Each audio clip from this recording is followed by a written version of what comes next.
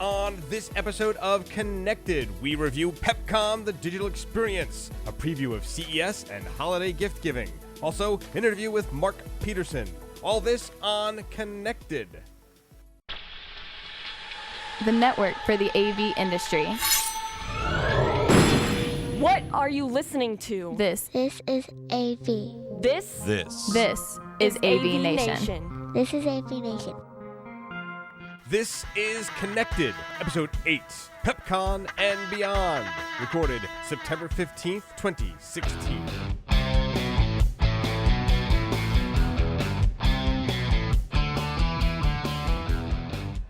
Hello and welcome to AVNation TV's Connected, Everything IoT. I'm your host, David Danto, coming to you today from the Pepcom Holiday Spectacular, which is a press and analyst-only trade show to show some of the newest devices that are going to be coming on the market in the near future around the holiday time, even though it's September as I'm recording this. Before I get to that, though, let's talk a little bit about some of the things that happened last week. As I'm recording this, the iPhone 7 was introduced, and the iPhone 7 did away with the standard headphone jack.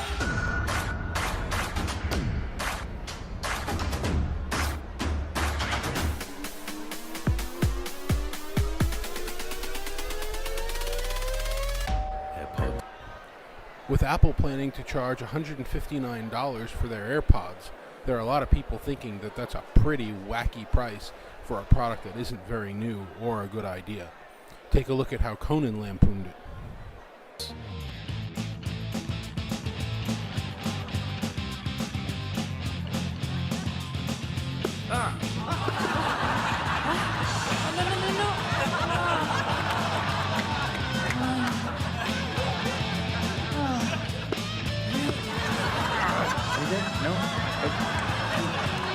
Really? Oh, well, fine. Shit!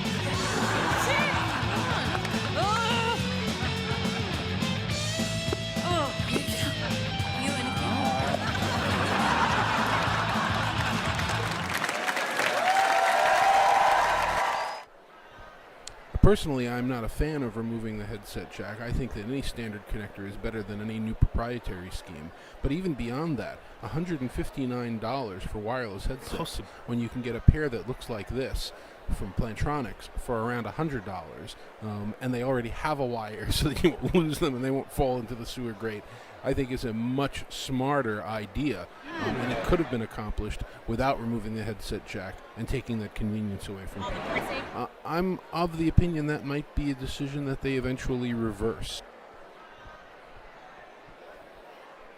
So it's going to be an interesting strategy to see how many people are looking to put earbuds in their ears that may or may not be very good quality that are being built on spec by Apple.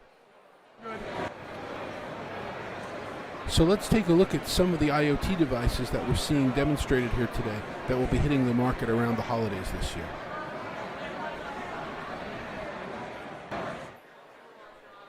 Hi, this is Kristen here with iDevices at Pepcom, and we're here to show you some of their new products for smart home. So first is the Switch, which works with a number of different home items like your lamp, your microwave, toaster oven, TV, and in this case, your Christmas lights. So you just pair it up with their mobile device, and then you're able to control turning it off or on right from your phone. You could do it through the buttons, or they do voice commands through Siri and Alexa. Same applies with their outdoor switch, the exact same concept except for different items that you have outside, like a stereo system, outdoor TV, you name it. And it all pairs up with Apple's HomeKit too. So then with socket, it's different from actual smart light bulbs because it's this right here that connects with the device. So again, I could turn it off and on, and then if I tap right in there, I could also adjust the brightness, and you could set different scenes through the app, and as you'll see here, different rooms. So we're in the living room, then we can move to the nursery. And then last up is the thermostat, which is great because iDevices has the ability to set timers.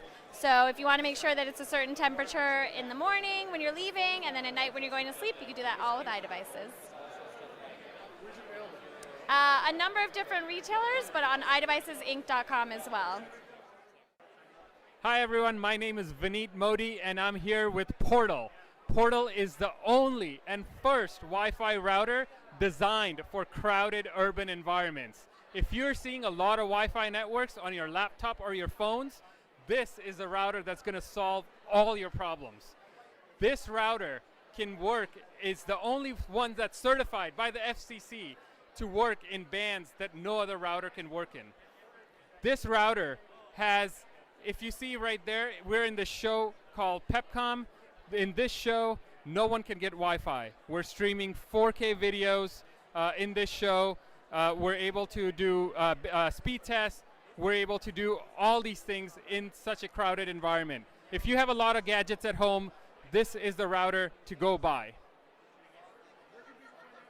So this you can go to portalwifi.com. This is available on Amazon starting next week, and it's $199. Thank you. Hi, this is Dean Finnegan. I am the CEO of SwitchMate Home. We are the company that has finally brought smart technology to every home in America with no installation. You literally buy the product, take it out of the box, it instantly magnetically attaches over an existing light switch. You download our app, it takes about 15 seconds to download the app, and you have a smart home. Now when you walk in your home, your lights will come on automatically. You can turn your lights on and off from your phone. You can set timers for the lights to go on and off at certain times.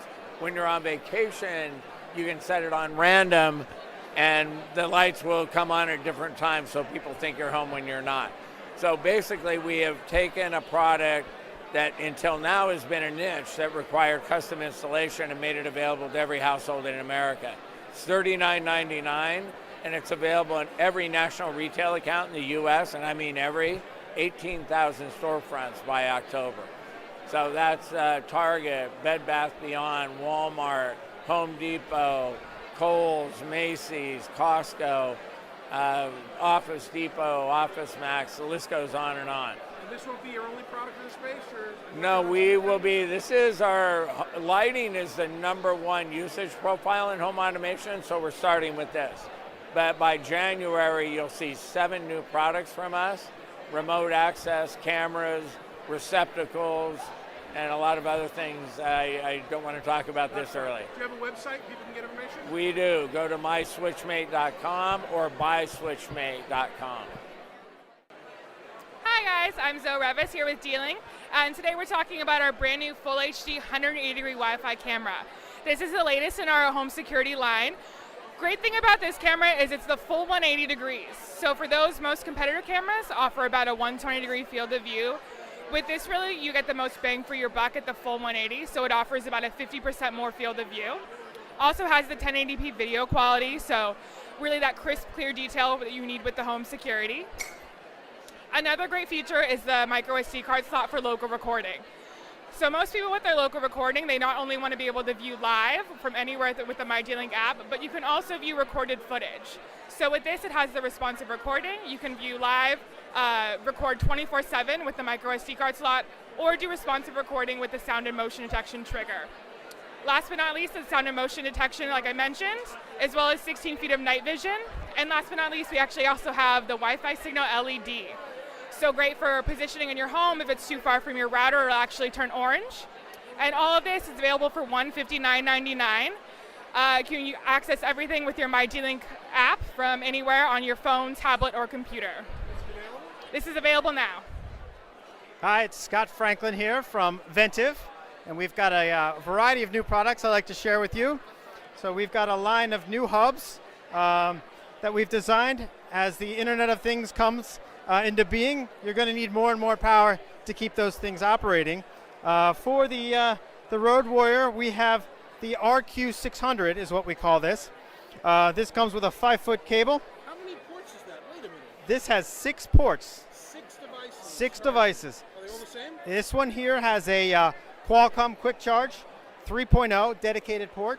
So for all the latest Android phones that have the Snapdragon chip, this will charge the device as fast as possible. And then we have 5 additional ports, all sharing a little over 7 amps. So you can charge your iPhones, you can charge your iPods, whatever you want, your mouse. It all can be recharged right here on your desktop. Throw this in your travel bag. It's all you need to keep everything powered up on the go. for your home office or your desk, we have what we call here is the Charge Hub S500. And this here has 2 additional ports. You plug in your lamp, you plug in your laptop, plug your monitor, whatever you want. We brought the power off the wall behind your desk onto the top of your desk. We've also have 3 USB ports here, so you can charge your devices. They have a place, or you can keep them. You can do it either vertical or horizontal. So you've got the spot to keep your devices, and you can charge them as well. What are the list prices for those? The S500 goes for $59.99, and the RQ600 goes for $49.99. Where can I get them and find out more about them? Best place to get them is on ventive.com. And as you can see, I'm back in my office right now, leaving Pepcom for a minute, but I was joined at the show by an old friend and an industry colleague of mine that I'd like to introduce you to, Mark Peterson. We're both refugees, escapees from the financial services industry. Mark, why don't you introduce yourself, tell everybody what you've done and what you're doing now.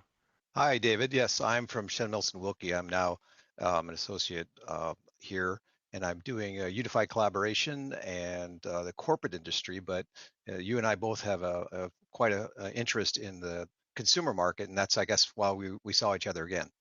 Yeah, I ran into Mark at the Pepcom event that you've been looking at, and he and I also ran into each other at CES last year. And he's one of the few other AV industry people. I mean, I've been doing this thing for nearly 4 decades, and you've had, maybe not that many, but quite a number of years in the AV industry as well. And I don't really see a lot of other AV people looking at some of these technology forums. So what do you get out of CES and these Pepcom, these smaller industry shows, and tracking what's going on, not just in AV technology, but in technology in general?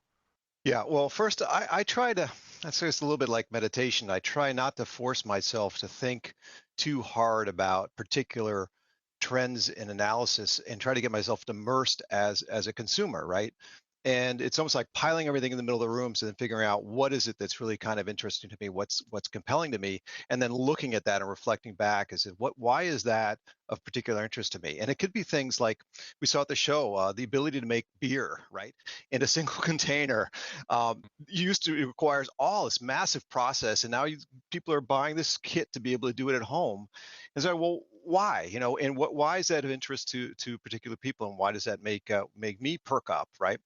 And that's kind of what I'm looking at, because I think the concepts about problem solving and creative problem solving transcend a particular industry, and they require a sense of understanding of the needs of the user. And that kind of helps me to discipline what my requirements are, which is to look at what am I trying to solve? What are the needs that I'm trying to solve? And attending things like CES and looking at new technology entrants and crowd-funded pieces, that helps you in that longer vision that's also AV applicable? Oh, absolutely. I mean, you see at one side, very traditional displays, right, on sale, and that's like, well, okay, that's been done. So it's more about things that you didn't really think about, like, for example, augmented reality at that show. Great example of using a drone, but incorporated into an augmented environment. So why is that important? Well, you're taking a device that is 3-dimensional in real time, but recreating gameplay because you have the augmented situation. Now, we all know, and Pokemon was a big case of this. This is where we're going. This process of integrating 2 different types of technology is exactly the kind of thing that makes your mind start thinking, well, how can I use that process myself? How is that engaging, or the reverse?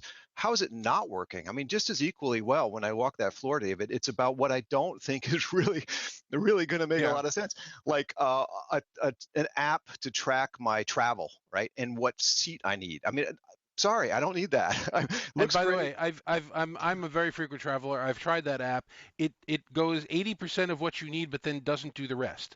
So it's like, no, that's not data that I need. I coined a phrase, one of my blogs about 2 years ago, the IOUT, the Internet of Useless Things. One of the things from yesterday that we saw, and very nice people and a nice company, and I don't really want to throw them under the bus, but they're making a mug that is battery powered that can keep your coffee hot or cold.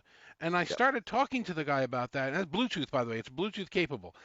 I'm not sure how you Bluetooth to a coffee, but all right. So if I put a cup of cold coffee not by my bedside, by the morning, could it have it warm for me so I could wake up to hot coffee? No, I can't do that. All right. Well, what if what if I want to chill a beverage down? No, it really can't. Well, what does it do? Well, if you want to go from your Starbucks to your desk and it takes you 20 minutes, it'll keep your coffee hot. A thermos will do that, and it doesn't need Bluetooth. Right, So right. you run into so many people that come up with these ideas that are just not practical, and because of crowdfunding, there's now a very short ability to get to market. You used to have to convince bankers and investors. Now anybody can go on any crowdfunding site and put these products out there, and there is no marketplace test. It's you got to really separate out the good stuff from the bad stuff. Yes. Now, I wanted to take one example and go a little bit deeper. And this was a switch plate we were talking about a little while ago. The ability to take an existing environment like a normal switch, stick this device on it, enable the ability to turn it on and off with your phone. Sounds great. You use the app and you realize there isn't anything there yet, right? Obviously, you could start to create an environment in which I can approach the door. They do allow that. Approach the door and it'll turn on. But what are my trends? How am I going to use the information? And I think what this goes back to is this concept around decision making, right? We are by nature binary people. And what happens is if we get too much information, we start to shut down and become passive. And I think this is a real problem and challenge with Internet of Things is we're going to throw a lot of data at people, and it's not, you can't just do a graph. You have to engage in the information, right? This is a sense of disfluency that Dunning did it in Smarter, Faster, Better, right? It's like, I need to be able to manipulate the information and create an experiment. What happens if I do this with this information? And now I make a cognitive process and I can change the way I do things. And that's why it goes back to what's happening in our collaboration environments is we learning that this information overload or even data, like I have a sleep app, right? And it shows me all the trends of how my sleep is. But the question is, what happens if I do this with that information?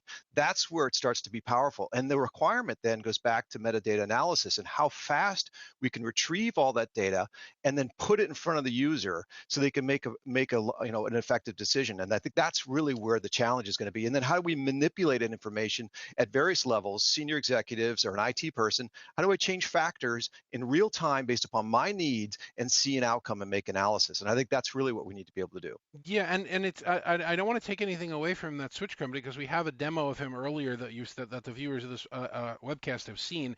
I actually think it's a really nice product, and you're talking about a double-edged sword where you're absolutely right that once you have the ecosystem working, how do we understand the data? How do we manipulate the data? How do we insert it and combine it and come up with things that we didn't have before to help us save money, be more productive, be smarter, sell better?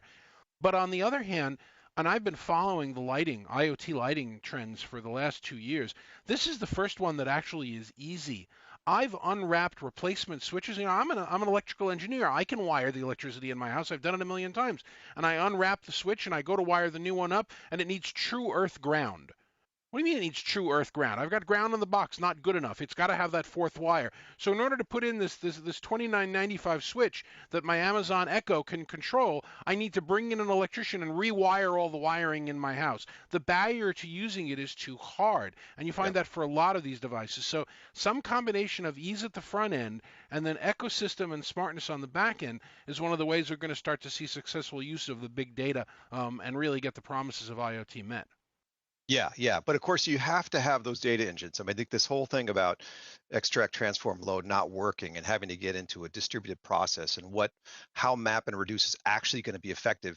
This is what's phenomenal about it is that we're changing not just the way we're perceiving and receiving the information, but how we get it out there, how quickly we can get it out there. So it's so over encompassing. And I think that what we're seeing in the consumer market is we're getting a lot more data. It's skyrocketing like a hockey stick. And but of course, I go back to that same switch. Within 5 minutes, I was reaching over and pushing it, right? Which thank God it has a button so you can push it locally, because there's this, plateau or the drop where you say, oh, this is a great idea. But then the reality is no, right? Do I really need to do that? Or how frequently do I need to do it? Or how does it integrate with my other processes? How do I make it a full experience? We had another example. I talked about the beer. You go over to the refrigerator, to the washing machine and dryer, and they still have an extremely smart washing machine, an extremely smart dryer, but not a washing machine dryer. And I was like, oh, wait a minute. The industries have been around forever, and they haven't. No, they know they can figure that one out, right? You're not fooling me. You can make a washer dryer. Do it. If they're making beer over here in a thing, That's an amazing process. You can't make one device that does that. So I think in some ways there's this, this resistance to markets from the larger companies that, but that's Maytag, right? Or GE or whatever who's doing them. And so I kind of wonder about, those markets aren't seeing the kind of infiltration of innovation that I think probably could be beneficial. But we're going to start to see disruption maybe around the edges and not the huge manufacturing companies to start with. But somebody is out there making a combination washer dryer, and they will crowdfund it. And if enough of them are popular enough, and if they actually work, it can put the washing machine and dryer business out of business. That's the disruption. The being Uberized. What's happened to the taxi industry, or what Airbnb has done to the temporary lodging industry.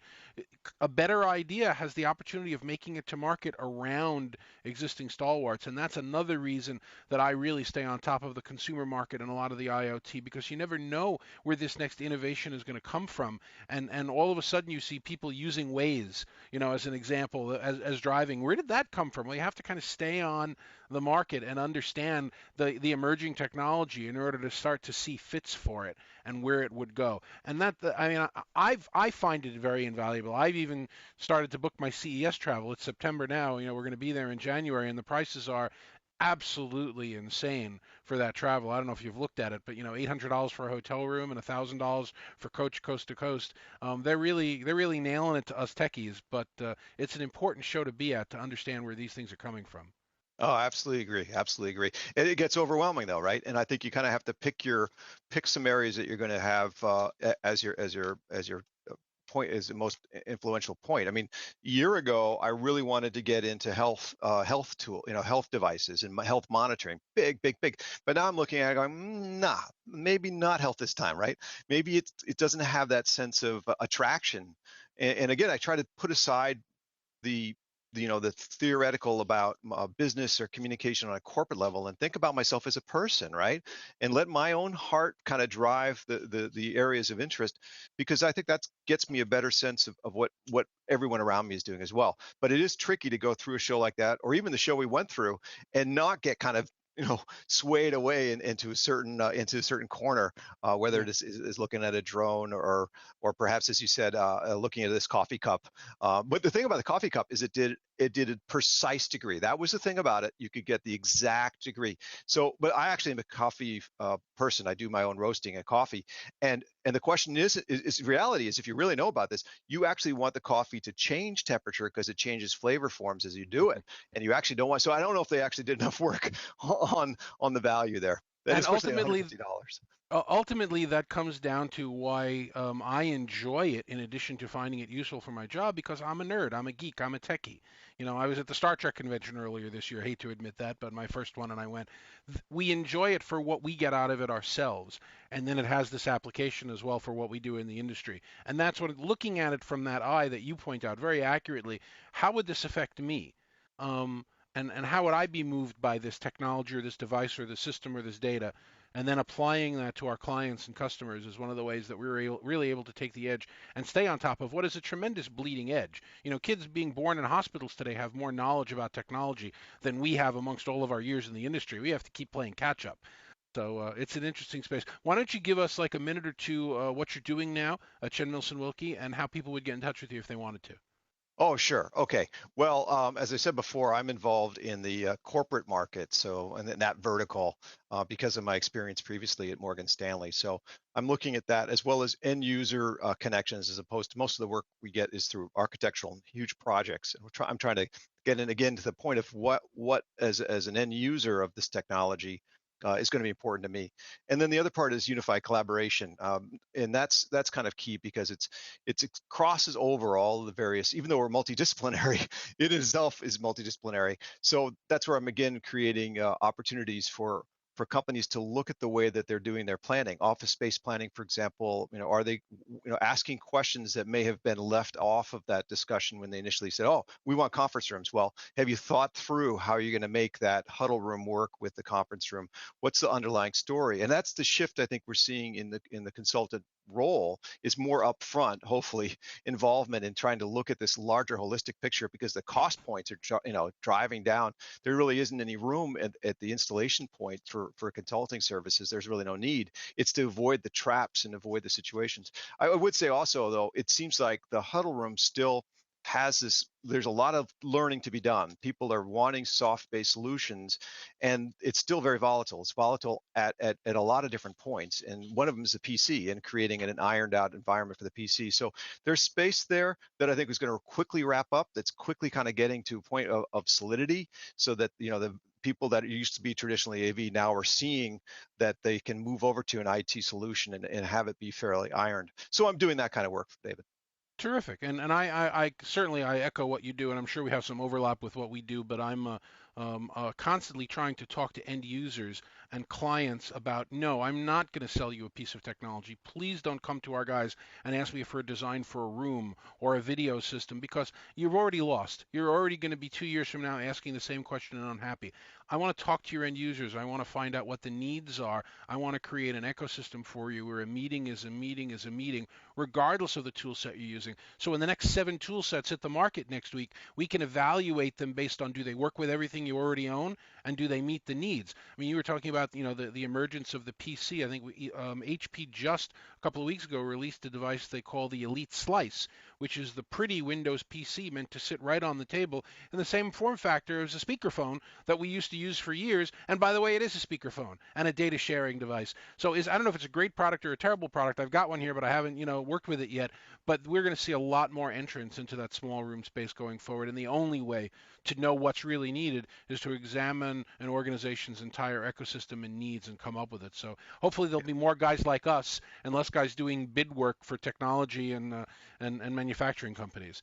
Wanted to also point out, though, you mentioned that like the Amazon speaker or speaking ability of being able to echo. That's exactly the kind of crossover, right? Because users are expecting that experience in their kitchen, in the living room, to turn on the lights or to do whatever, and they're going to ask for the same thing in the conference rooms. How would somebody get in touch with you to get information? Well, you can email me at mpeterson@smw LLC, like limited liability. That's probably the right way to do it. Find me on LinkedIn. That's a good way too.